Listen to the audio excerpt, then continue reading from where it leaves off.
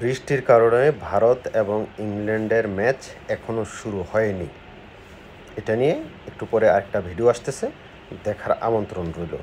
তবে এই ভিডিওতে কথা বলবো বাংলাদেশ যে কালকে ম্যাচটা জিতলো, অনেকেই বলছে স্পিনারদের কারণে আসলে এই ম্যাচটা জিতেছে। স্পিনাররা ভালো নিয়ন্ত্রিত বল করেছে, রান চেক দিয়েছে এবং উইকেট নিয়েছে, সেটা আমি সমর্থন করি। কিন্তু তার পাশাপাশি একজনের অনেক বেশি গুরুত্ব ছিল, ছোট একটা কেমিও ছিল।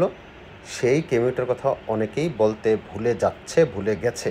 সেটা নিয়ে আলোচনা করব। তবে তার আগে বলে নিতে চাই, আপনি যদি সাদাকে সাদা, কালোকে কালো বলতে শুনতে অপছন্দ করে থাকেন, তাহলে এই ভিডিওটা আপনার জন্য না, এই চ্যানেলটা আপনার জন্য না। আপনি আমাকে ইগনোর করে চলে যেতে পারেন।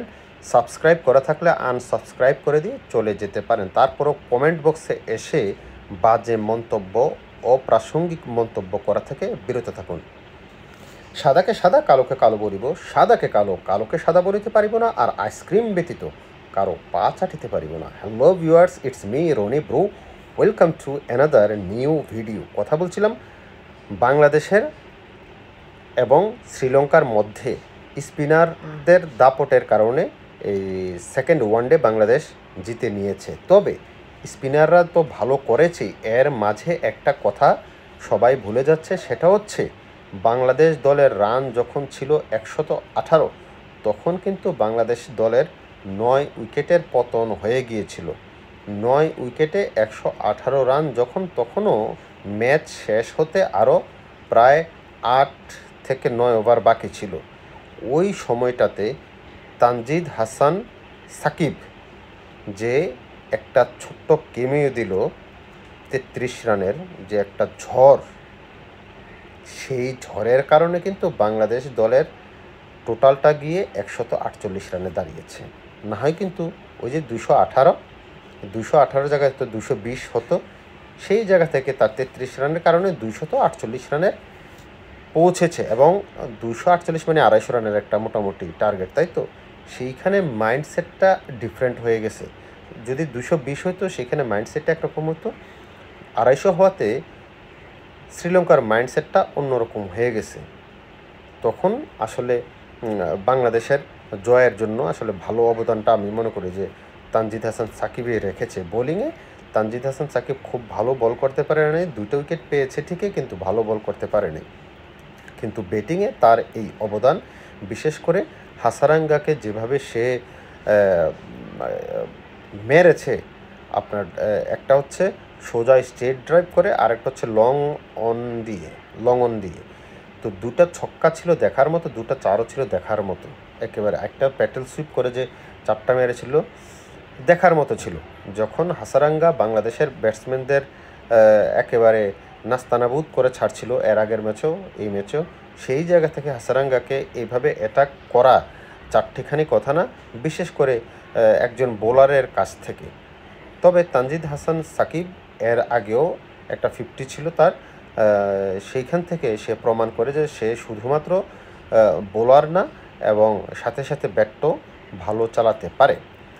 বাংলাদেশ দলের স্পিনারদের প্রশংসা সবাই করছিলেন, আমিও করি।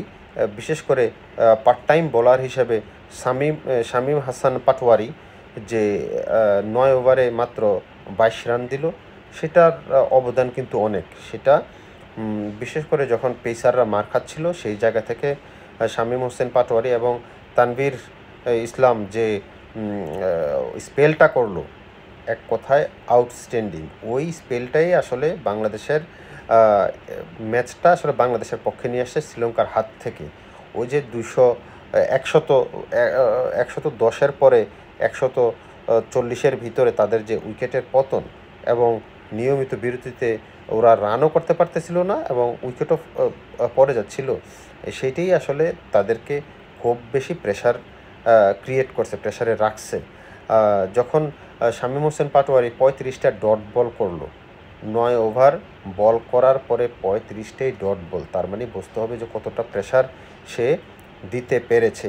তানভীর হাসান শুরুতে প্রথম 2 ওভার সম্ভবত 21 না 22 রান দিয়েছিল, তারপরে যে তার কামব্যাকটা ছিল 3 ওভার থেকে, সেটা অসাধারণ।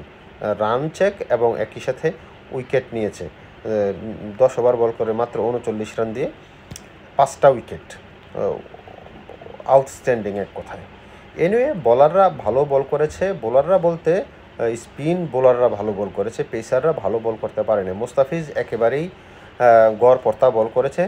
তারপরেও মুস্তাফিজের ওই কটেন বোল্ডের কারণে, লিয়ানেগের উইকেটটার কারণে বাংলাদেশ দল আসলে ম্যাচে লাস্টে ফিরে আসে, এটা বলতে হবে। কিন্তু মুস্তাফিজ বল ভালো করে নাই ওই জায়গায়।